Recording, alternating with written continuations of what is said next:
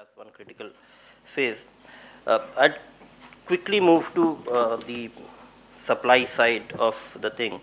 And Mr. Ganesh Dutt, DGM Nixie, would you like to take up on how do you see, how do the relevance of this enigma called cloud and how it fits into the challenges as they have pointed out from their respective department perspective. Nixie, gentlemen, I'd like to point out Section 25 company set up under the NIC to provide total IT solutions to the government organization.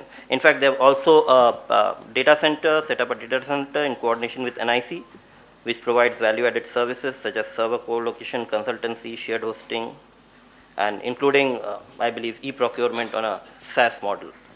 So, over to Mr. Ganesh Dutt. Thank you. For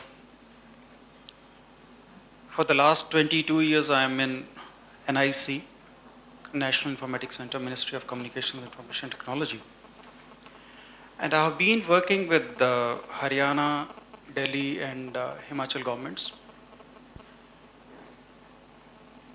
During this tenure, I have seen various departments of these governments have started from scratch.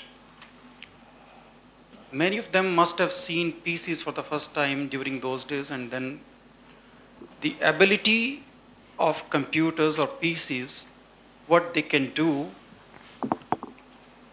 was tried to be understood with. Initially, they were used for word processing, and in many offices, even today, the same thing is done. In such a seminar, we try to understand what a cloud is.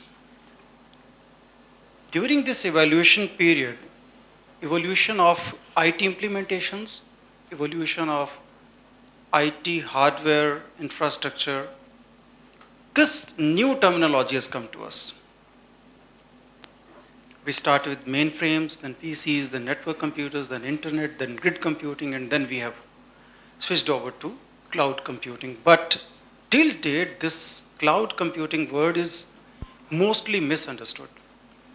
So such a summit can demystify what a cloud computing is. To understand it better, if you don't create infrastructure of your own, if you don't procure licenses and still want to use it, and whenever you use it, you pay for it. This model has come as a cloud computing. You must have seen in various departments, there are so many servers, PCs, underutilized or even not utilized. Even if the server is being utilized, its capacity utilization is up to 10, 20, 15% or so. Rest of the time it is not utilized.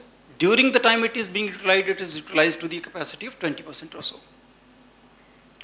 So for such reason, to maximize the utilization, to save on energy, to save on costs, this new technology, cloud computing, needs to be understood. As far as this NICSI is concerned, NICSI is helping state governments, organizations, central government for hardware procurement, for manpower availability, technical manpower availability, and we do rate contracts with the major vendors, and we evaluate them, and then we try to provide hardware, software, manpower, everything of IT rather, I would say, to the departments concerned who are interested to get it. At the same time, we are into various so many national level projects like implementation of National Knowledge Network, which is about 6,000 or 7,000 crore project.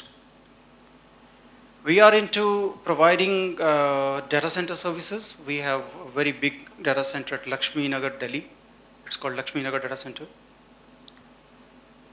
When you go to a cloud computing environment, you need to know how we will get the services. Is our data secure?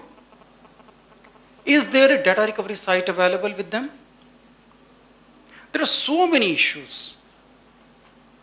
But this is very less time to discuss all of them with you.